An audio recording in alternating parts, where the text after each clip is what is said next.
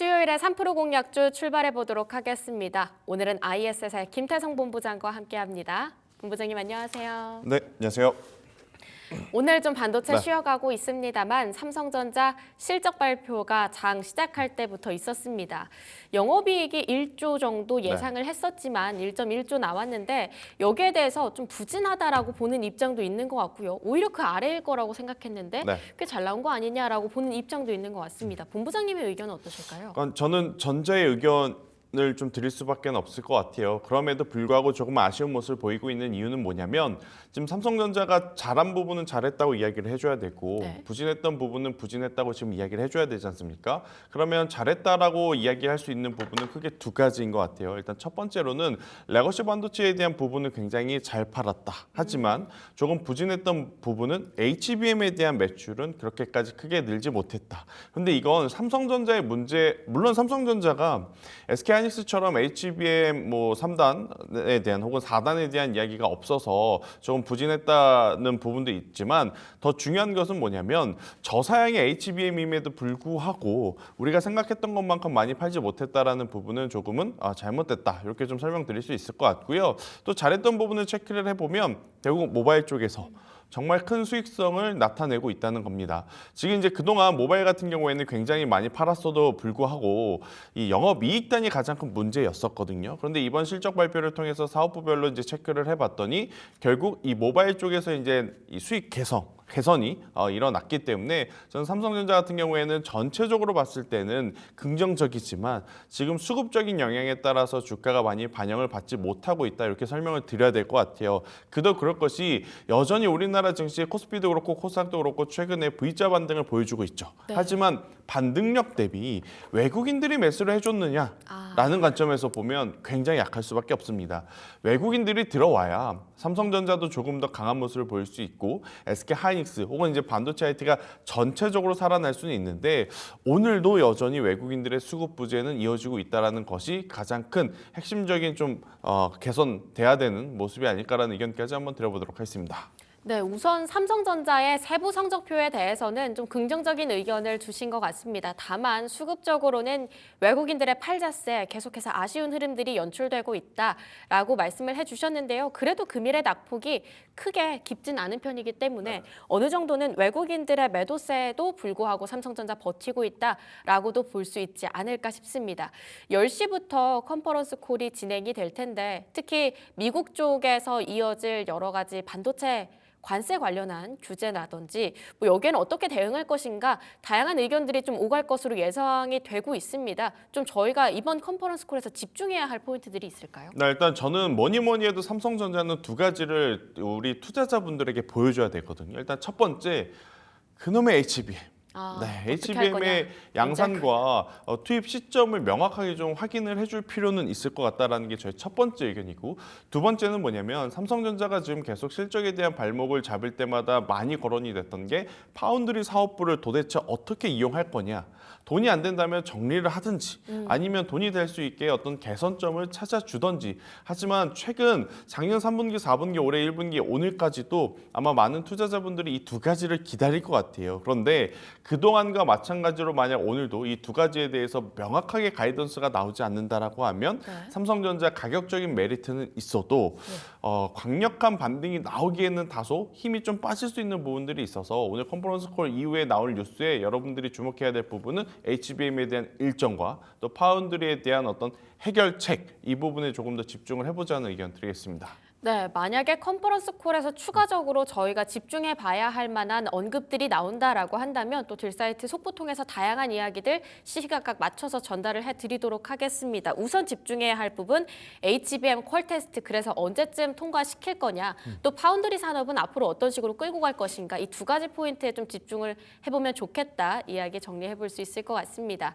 삼성전자의 세부 성적표에 대해서는 지금 입장 자체는 좀 갈리고 있는 것 같지만 SK하이닉스만큼은 정말 잘 나왔다라는 이야기들이 대다수였습니다. 다만 SK하이닉스 실적 발표 이후로도 좀처럼 크게 움직여주진 못하고 있는데 앞으로의 향방은 조금 더 삼성전자에 기울까요? 아니면 SK하이닉스에 기울게 될까요? 그러니까 이게 반도체에 굉장히 큰 비중을 갖고 있는 것과 반도체를 하면서 다른 가전 혹은 모바일 쪽으로 하는 것의 좀 차이일 것 같아요.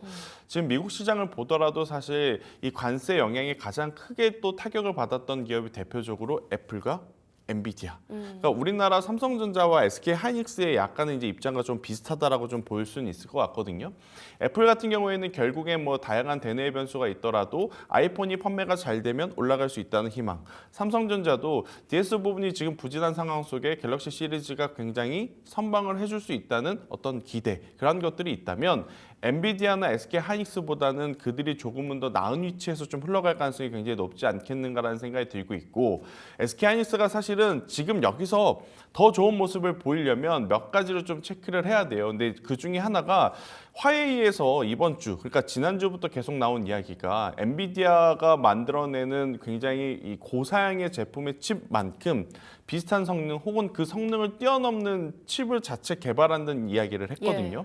예전 같았으면 그거 보지 않으셔도 됩니다라고 이야기를 했을 것 같아요. 그런데 딥시크가 나오면서 아마 많은 투자자분들이 되게 고민을 지금 하고 있는 것 같아요. 딥시크 처음에 나왔을 때 방금 우리가 생각했던 것처럼 중국에서 나온 거니까요. 그렇게 크게 신경 쓰실 필요 없습니다. 라는 이야기가 많았었거든요. 근데 하루, 이틀, 한 달, 두 달 지나고 보니까 그 딥시크가 전체 산업에 지금 미치는 영향이 엄청나게 커진 상황이에요. 그러니까 투자자들 마음속에 어떤 생각이 드냐면 혹시나? 설마? 하는 생각. 엔비디아도 그런 마음이 있었던 것 같아요. 어떤 부분을 보고 제가 체크를 했냐면 블랙엘 아키텍처를 통해서 만들어낼 수 있는 초고사양 제품의 일정을 앞당겼다는 뉴스가 나왔었거든요. 엔비디아도 딥시크를 보면서 뭔가 느낀 게 있구나라는 생각이 들더라고요. 그래서 엔비디아라든지 SK 하이닉스 같은 경우에는 조금은 더 불확실성을 좀 해소시킨 이후에 투자를 해도 저는 늦지 않는다라는 의견 한번 드려보도록 하겠고, 삼성전자만큼은 지금의 조정을 이용해서 충분히 천천히 담아 보실 분들은 담아 보시는 게 더 맞지 않겠는가. 대신에 삼성전자 낮은 가격에 샀다 그래서 6층, 7층, 8층 빨리 가시기를 원하실 것 같은데 그러려면 외국인들의 수급이 대량으로 조금은 들어와야 되는 것, 이게 이제 필요하다는 의견 드리겠습니다. 결국은 외국인의 수급이 상당히 중요하지 않을까. 딥시크 처음 나왔을 때는 별거 아니다 싶었지만 엔비디아와 또 점점 시간이 지날수록 투자자분들의 우려감은 좀 고조되고 있는 그런 상황이다라고 봐야 할 것 같습니다. 최근에 그래도 엔비디아 전일장에서도 그렇고요. 버텨주기는 했거든요. 그러니까 이런 움직임들을 봤을 때 일단은 연휴 기간 동안 또 추가적으로 나올 이슈들에 빠르게 대응할 수 있도록 저희가 업데이트를 미리미리 해볼 필요는 있을 것 같습니다. 오전장 상황 가볍게 짚어볼까 하는데요. 말씀 주셨던 것처럼 외국인의 매도세는 오늘도 이어집니다. 다만 개인들이 좀 적극적으로 담고 있는 시장, 테마성의 움직임이 상당히 짙게 두드러지는 것 같아요. 네, 일단 지수가 안 좋을 땐 결국엔 정치 테마주들이 지금 활기를 칠 수밖에 없는데 오늘 여러분들이 주의 깊게 보셔야 될 부분은 뭐냐면 기존의 정치 테마주 하면 가장 많이 떠오르는 게 저출산. 앞서 이제 브리핑에서도 이야기를 했잖아요. 일자리. 그리고 신재생. 그런데 여러분들 그 종목군들 지금 시세 한번 보세요. 안 좋아요. 생각보다 안 좋습니다. 그런데도 왜 정치 테마주가 가냐고 이야기를 하냐면 시가총액이 500억 이하에 정말 소형주들이 지금 돌아가면서 시세를 내고 있거든요. 이런 종목군들 당연히 어떻게 보면 박자를 잘 탔을 때는 좋은 수익을 낼 수 있죠. 일성건설이라든지 삼륜건설 같은 경우에는 하루아침에 두세 배 올라가는 거 굉장히 빨랐었으니까. 하지만 반대로 내가 박자를 못 탔을 때를 생각을 해보면 이거 4, 5년 뒤에 다시 대선 이야기 나올 때까지 가지고 있던지 아니면 다시 못 볼 가격대에 우리가 매수를 하는 것일 수도 있으니 이 부분은 잘 염두를 하시면서 매매 전략을 좀 신중하게 짜보실 필요는 있을 것 같고요. 아무리 정치 테마주를 공략한다 하더라도 앞서 이제 브리핑에서 우리가 이야기 드렸다시피 명분이 있는 쪽을 좀 계속 봐야 될 것 같아요. 일자리 그리고 저출산은 지금이 아니더라도 계속 반복의 연속이기 때문에 저는 이런 부분들을 꼭 고려하셔서 분야와 기업을 잘 선별을 하시는 게 지금은 필요한 시간이 아닌가라는 의견 드리겠습니다. 많이 빠지기도 하고 많이 오르기도 하는 만큼 박자가 상당히 중요하겠다만 만약에 놓쳤다라고 한다라도 순환매 기대를 해볼 수 있다. 그만큼 종목에 대한 선정이 상당히 중요할 것 같다라고 말씀을 해주셨습니다. 종목 선정 오늘 같은 시장 속에서 어떤 것들을 저희가 주목을 해봐야 할지 이슈 하나씩 파헤쳐 볼게요. 바로 첫 번째 이슈 직진 출발해 보시죠. 오늘의 첫 번째 이슈 직진입니다. 한화 엔진. 풍성한 수주잔고 성장 기대감 업이라고 가져와 주셨는데 어제 한화엔진 사실 하나오션과 함께 좀 같이 떨어지고 밀리고 그쵸. 하는 흐름들이 있었습니다. 앞으로는 저희 어디에 집중해야 될까요? 일단 저는 오늘 여러분들에게 조선주 전체적으로 여전히 중장기적으로는 긍정적이나 단기적인 변동성은 좀 주의할 필요가 있다는 이야기를 드리고 싶어서 이 뉴스를 가지고 나왔거든요. 한화엔진뿐만이 아니라 HD 한국조선해양, HD 현대중공업, 삼성중공업, 지금 조선 빅3, 빅4 플러스 조선 기자재 중에서 실적 안 나온 기업 찾기가 더 어렵습니다. 그만큼 수주 잔고가 가득 차 있고 실적에 대한 기대감이 굉장히 높은 산업과 기업들이 많이 포진되어 있지만 투심적으로 혹은 기술적으로 지금 수급의 변동성은 좀 피해가기 어려운 지금 상황이 나오고 있으니 저는 조금은 조심할 필요는 있다는 생각이 들어요. 우리나라 K국장이 굉장히 힘들다라고 여겨지는 여러 요인 중에 가장 큰 요인은 뭐냐면 좋은 이야기가 나오면 세론으로 작용한다는 것이 이제 가장 큰 어떻게 보면 어려움이거든요. 지금 대표적인 산업이 계속 말씀드린 조선도 있겠고 또 오늘 방산주들도 저는 윗꼬리를 좀 조심하셔야 되겠다라는 생각이 들어요. 두 산업 모두 수주 잔고 누가 봐도 지금 좋습니다. 그리고 누가 봐도 돈을 잘 벌고 있는 상황. 하지만 높아진 주가의 위치가 굉장히 부담이 될 수 있으니 이런 뉴스에 시청자분들이 조금은 현혹되실 필요는 없고 기준을 잡고 저는 타이밍을 기다려 보시는 게 맞지 않겠는가라는 의견을 오늘 한번 들어보도록 하겠는데요. 결국엔 우리가 중장기적으로 볼 땐 두 가지를 봐야겠죠. 첫 번째로는 수주 잔고. 수주 잔고 이퀄 실적입니다. 그리고 이 실적을 긍정적으로 검토해서 들어오는 메이저 주체들의 수급. 그런데 지금 조선주들 같은 경우에는 수주 잔고가 굉장히 많다고 알려져 있고 또 방산주도 방산주지만 조선주에 대한 긍정적인 평가를 우리가 많이 주는 이유는 미국이 원하고 있는 거죠. 특히 트럼프가 원하고 있다는 게 가장 큰 메리트 중에 메리트인 것 같아요. 하지만 최근에 이제 하나오션이 이번 주, 그러니까 지난주부터 이번 주 계속 좋지 못한 뉴스들이 나오고 있잖아요. 그런 부분들이 조선주 전체적으로 어제는 영향을 줄 수 있을 것 같다고 했다가 아랫골이 달리면서 올라왔었는데 오늘 또 하루 지나서 보니까 여전히 지금 투심을 좀 약하게 만드는 요인으로 작용을 하는 것 같아서 저는 이 한화엔진을 비롯해서 HD 현대 마린엔진 혹은 조선 빅3, 빅4 같은 경우에는 보유자분들은 매도하실 필요는 없어요.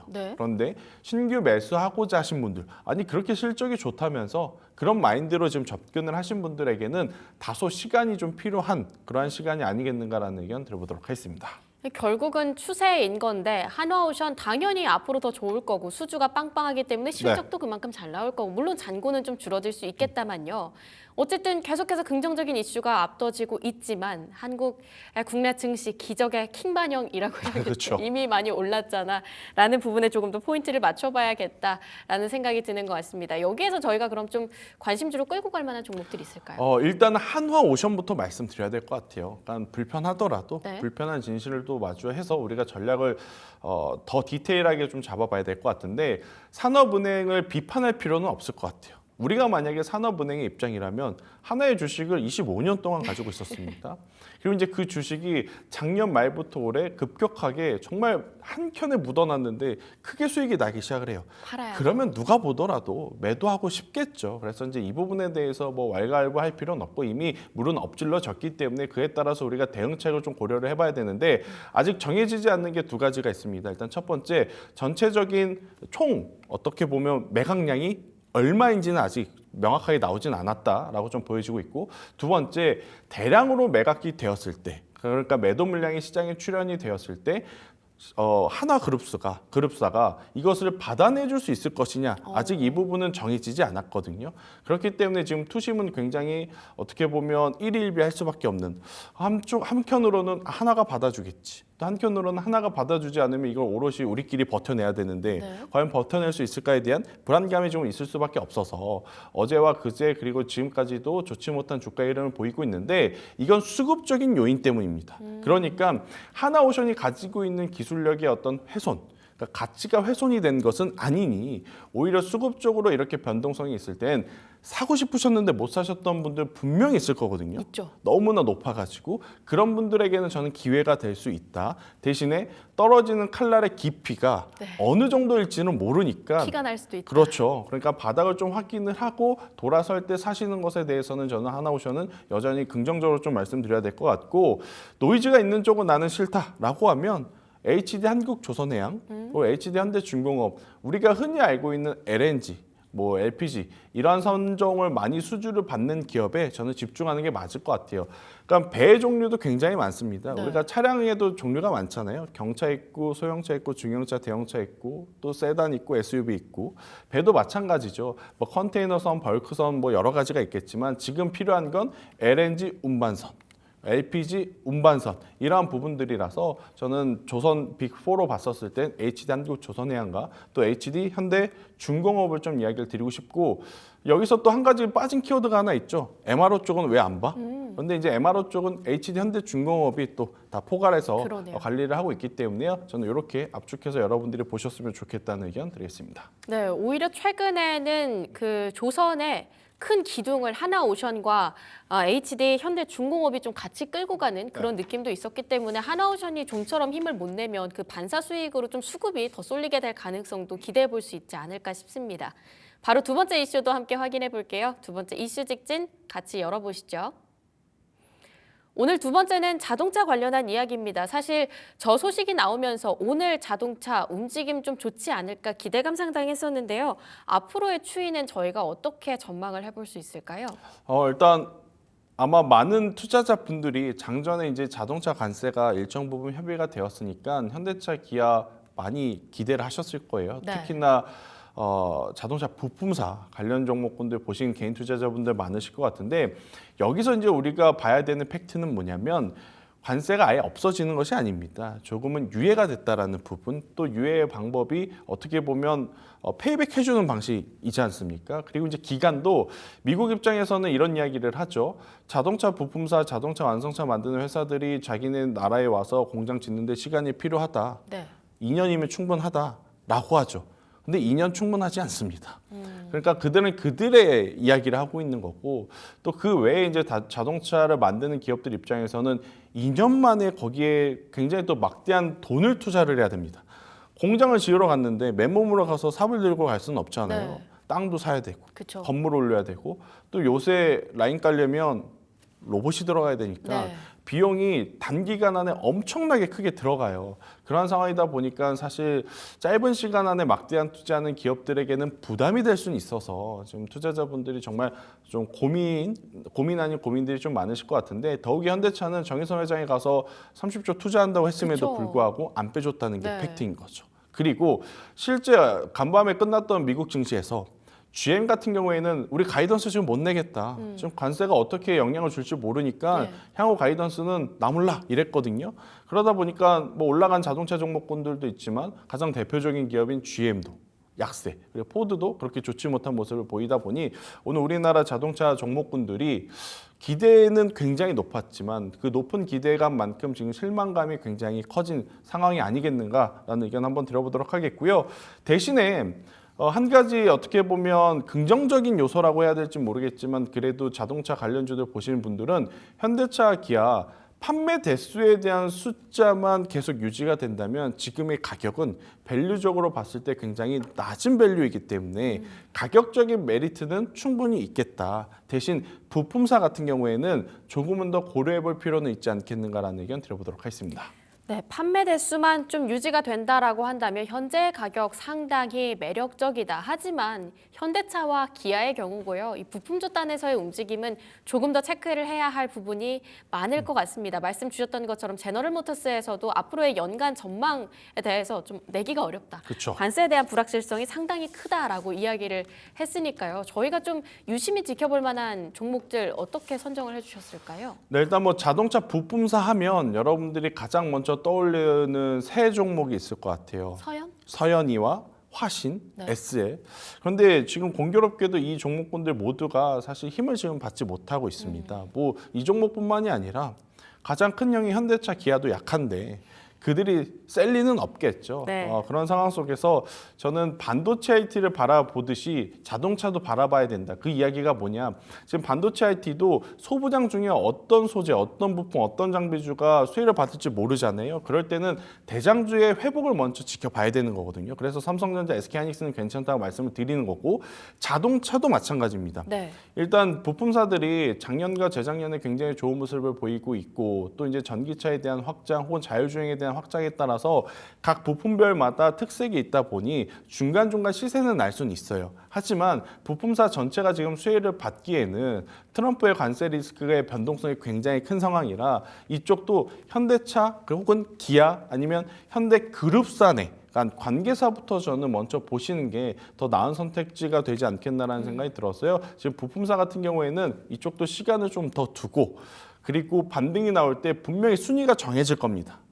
SL이 먼저일 건지, 화신이 먼저일 건지, 뭐 서현이가 먼저일 건지 그걸 보고 뒤따라가도 저는 괜찮겠다는 의견 드려보도록 하겠습니다.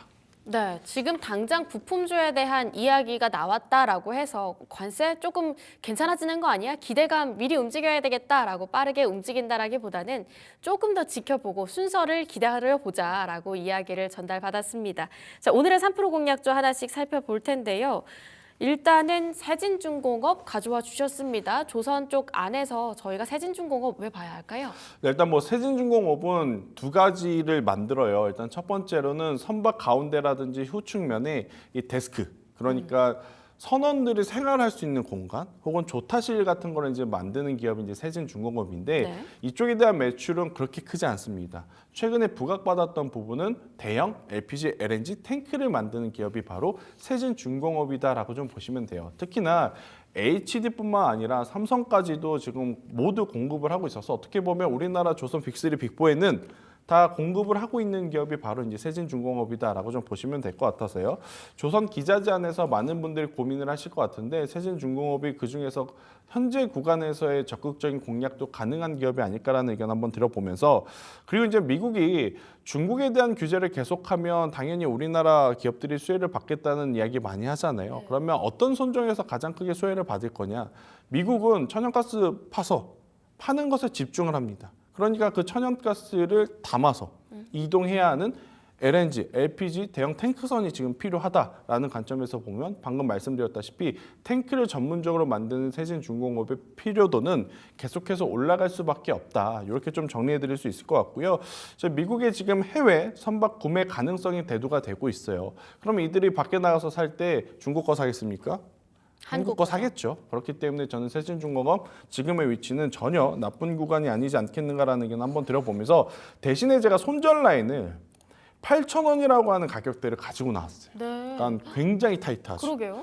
보통 이제 8,550원이면 손절가를 7,500원 정도 잡는 게 정석적인 어떤 판단일 수 있을 것 같은데 저는 오늘 8,000원이라는 가격대를 왜 가지고 나왔냐면 지금 지수도 박스권이고 네. 만약 이 세진중공업도 박스권 안에 갇히게 된다면 박스권의 중간 가격이 바로 8,000원이에요. 그러니까 이 8,000원이라는 가격대 밑으로 내려가게 되면 힘이 약할 수밖에 없는. 지금 저 박스권 제일 아래까지 내려갈 것도 그렇죠. 열어놔야 되네요. 제가 굳이 그 이야기를 드리지 않았지만 만약 최악의 경우에는 또 6,500원이라는 가격대까지도 하방이 열려 있는 지금 박스권 안에 갇힐 가능성이 높아서 저는 8,000원이라는 가격대가 이탈이 되게 되면 그때는 비중 축소하는 게 맞겠다. 대신에 8,000원이라는 가격대에 이탈하지 않고 올라오게 된다면 저는 충분히 최근의 고점이라고 할 수 있는 이 10,000원대를 좀 넘어서서요. 저는 새로운 시세, 그러니까 11,000원, 12,000원대까지 목표가를 잡고 가도 괜찮지 않겠는가라는 의견 드려보도록 하겠습니다.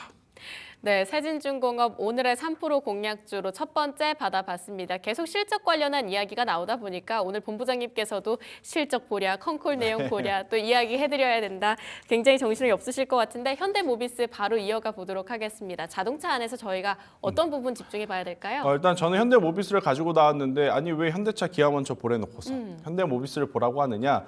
현대차, 기아, 현대모비스 저는 이 세 기업 그리고 플러스 현대위아까지는 괜찮다 생각을 하거든요. 네. 그러니까 그 이유는 현대모비스가 현대기아 것만 하는 거 아닙니다. 우리가 이제 그걸 논 캡티브 물량이라고 하는데 여기엔 GM도 포함되어 있고요. 중국의 완성차 업체들도 굉장히 많이 포진되어 있다는 거죠. 과거에는 현대차, 기아 것만 하다 보니까 매출을 낸다 하더라도 주가가 상승하는 한계점이 분명했거든요. 그런데 이제 그 부분을 또 탈피하려고 재작년부터 정말 많이 노력해왔고 작년에 드디어 또 결실을 보이는 모습들을 좀 보여왔던 현대모비스라서 지금의 주가는요 오히려 여러분들이 차트 펴보시면 현대차, 기아보다 좋습니다. 추세가. 지금 제가 현대차의 주가를 한번 여러분들에게 보여드릴게요. 예. 현대차 같은 경우에는 굉장히 기대감은 높았지만 우하향 곡선을 그리고 있어요. 계속해서 고점이 낮아지고 있는 형태인데 지금 제가 말씀드리는 현대모비스는 오히려 추세가 더 강하게 살아 있다는 거죠. 그러니까 현대차, 기아가 아니더라도 우리 이제 먹고 살 수 있을 체력을 키웠다. 이것을 이제 보여주는 흐름이라서요. 현대모비스 현재 구간에서 저는 24만 5천 원이라는 가격대만 이탈하지 않는다면, 네. 이 가격만 이탈하지 않는다면 저는 충분히 추가적으로 상승을 했었을 때 28만 원이라는 가격대까지 한번 보시는 것도 괜찮지 않겠는가. 일단 박스 하단이 이탈을 하게 되면 그때는 손절하신 게 맞고요. 만약에 이제 올라가게 된다면 박스 상단이 1차 또 28만 원이 돌파하게 되면 30만 원까지 봐도 괜찮다. 대신에 현대모비스의 지금 시가총액이 23조 됩니다. 단기적으로 갈 수 있다고 판단을 하는 거 아니겠죠. 네. 그러니까 중장기적으로 보시는 게 맞을 것 같고 지금 하단에 가격이 좀 잘못 나가는 것 같은데 손절가도 새롭게 네, 손절 라인은 24만 5천 원이고요. 목표가는 1차는 28만 원, 그리고 최종적으로는 30만 원까지 한번 잡고 가보자는 의견 드려보도록 하겠습니다. 네, 손절가 24만 5천 원 잡아주셨고요. 목표가 1차적으로는 28만 원, 그리고 만약에 돌파하게 될 경우에는 2차 목표가 30만 원까지 열어볼 수 있는 종목이라고 받아봤습니다. 어찌 보면 현대차, 기아만 보고 가는 게 아니라 이제 고객사가 다양하다라고 하니까요. 이 부분도 추가적인 모멘텀이 충분히 될 수 있을 것 같습니다. 방금 전에 실적과 관련한 이야기들이 정말 많이 나와서 한 번만 조금만 정리를 해볼게요. 일단 삼성전자의 경우 로봇이랑 AI 쪽으로 조금 더 신사업 추진하겠다 이런 이야기를 컨퍼런스 콜에서 이야기해줬고요. 일단은 1분기 시설 투자가 조금은 전분기 대비해서 5.8% 정도 줄어들었으나 성과급 같은 경우에는 주식 보상 비중을 확대할 것이고 올해 상반기보다는 좀 하반기에 더 좋아질 것이다라는 전망을 내놓기도 했습니다. 이런 부분들 봤을 때 오늘 혹시라도 오후장에 삼성전자의 수급이 좀 들어올 가능성에 대해서는 어떻게 보실까요? 저는 충분히 가능하다고 보여져요. 그런데 이제 또 우리나라 시장 연휴가 네. 코앞이잖아요. 참 아쉬운 것 같아요. 항상 이럴 때 이런 뉴스들이 나오는 게. 대신에 저는 계속 강조드리지만 삼성전자만큼은 지금의 가격 아니면 언제 살까 생각도 들어요. 네, 그래서 삼성전자는 여전히 강력한 좀 바이 의견을 드려보도록 하겠고 대신에 SK하이닉스는 앞서 이야기 드린 대로 엔비디아하고의 연결고리 그리고 트럼프와 중국의 관세 리스크가 일정 부분 해소가 된 뒤에 접근을 해도 늦지 않겠다는 의견까지 한번 드려보도록 하겠습니다. 네, 우선은 오늘 삼성전자의 추가적인 파운드리 이야기 혹시 HBM 컨퍼런스 콜 관련해서도 이야기들이 나온다라고 한다면 함께 전달을 해드리도록 하겠습니다. 지금까지 IS앳 김태성 본부장과 함께했습니다. 본부장님 좋은 말씀 감사합니다.